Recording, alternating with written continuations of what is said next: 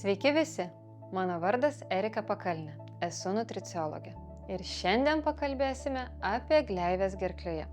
Tai labai dažnas nusiskundimas, daug žmonių su tuo gyvena ir kankinasi.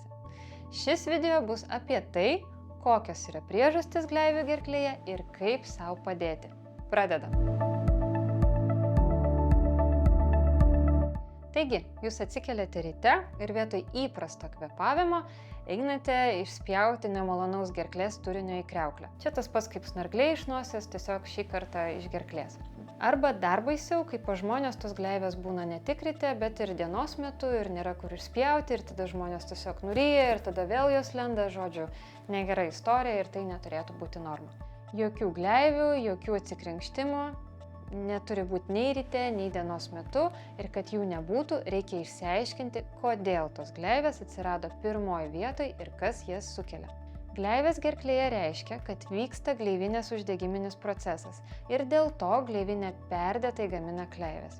O šitose gleivėse jau labai laimingai dauginasi patogeninė mikroflora ir dėl to žmonės turintys nuolatinius simptomus gerklėje dažnai serga ir tokiamis ligomis kaip lėtinis sinusitas, lėtinis tonzilitas, pas vaikus adenoidai.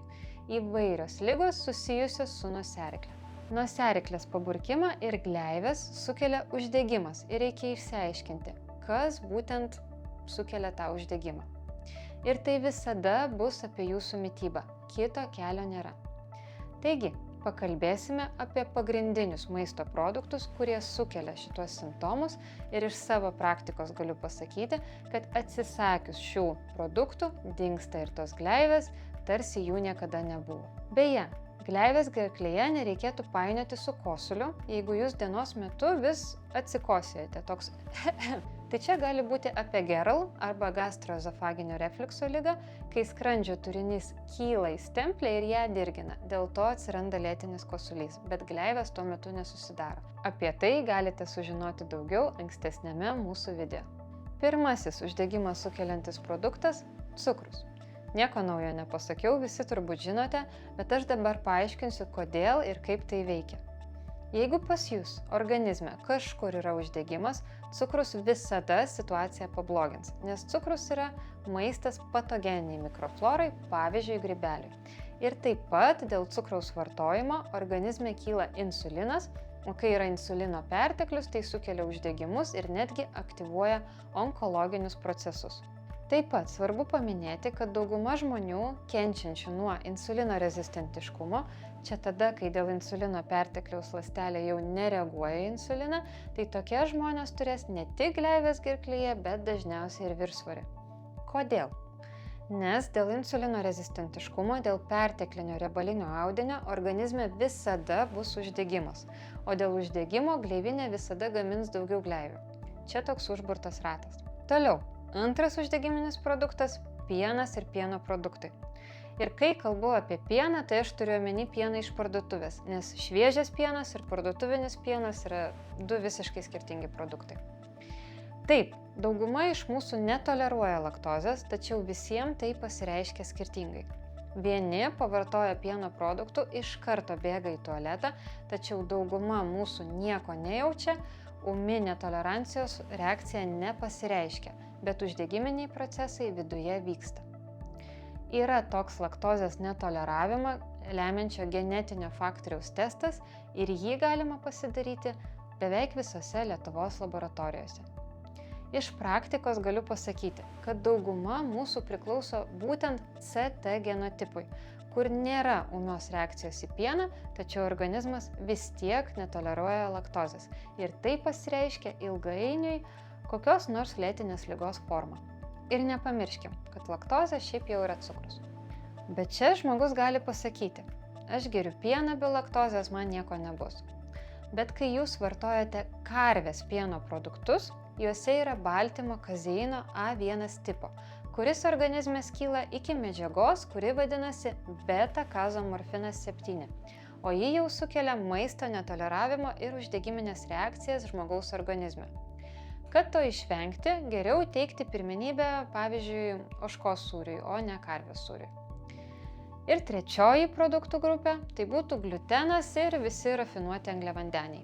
Tai makaronai, duona iš kviečių arba rūgių, miežiai, bandelės, kruasanai, visa mielinė produkcija, tortai ir taip toliau.